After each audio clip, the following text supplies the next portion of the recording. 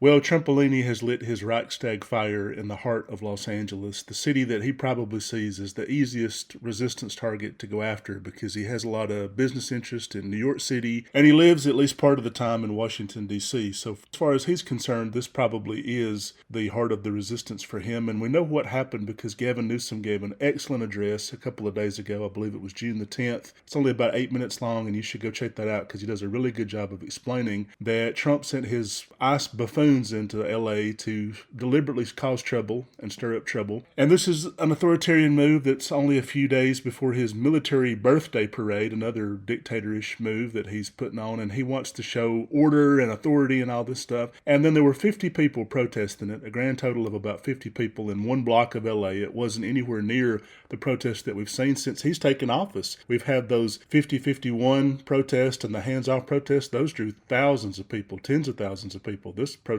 was absolutely nothing. But then he called in the National Guard and then threatened to call in the Marines. And he's amplified it on purpose to make it worse than it really is. This is a very Hitler in the Reichstag and Vladimir Putin when he kept using the so-called terrorist attacks from the Chechens to suspend every single bit of liberty that the Russians had. All the dictators do is take a false flag type operation like this. They take a crisis that they create, that they make worse, and they use that as an excuse to seize more and more power for themselves. And that's exactly what he's doing right now. And if you need any further evidence of that, now you've got Senator Alex Padilla getting arrested when he goes to talk to Kristi Noem. Alex Padilla, a senator in California, he took the Senate seat that Kamala Harris vacated when she became vice president, and then he can't even go ask Kristi Noem a question without getting thrown to the ground, knees in his back, and cuffs on his wrists. This is all a very clear pattern. You saw it with Kash Patel's goons and the FBI arresting the judge, Hannah Dugan, in Wisconsin. You saw it with them threatening to arrest all the Congress people that went to the ICE detention facility, which they have a right to do. They literally arrested the mayor of Newark when they did the same thing. And now you see them literally putting cuffs on a sitting U.S. senator. It's like there will eventually be half the judges and lawmakers in the country locked up at one point or another under this guy. This should scare the hell out of people. And what is the news reporting this as? I couldn't help but notice Fox News, otherwise known as the Joseph Goebbels Network, said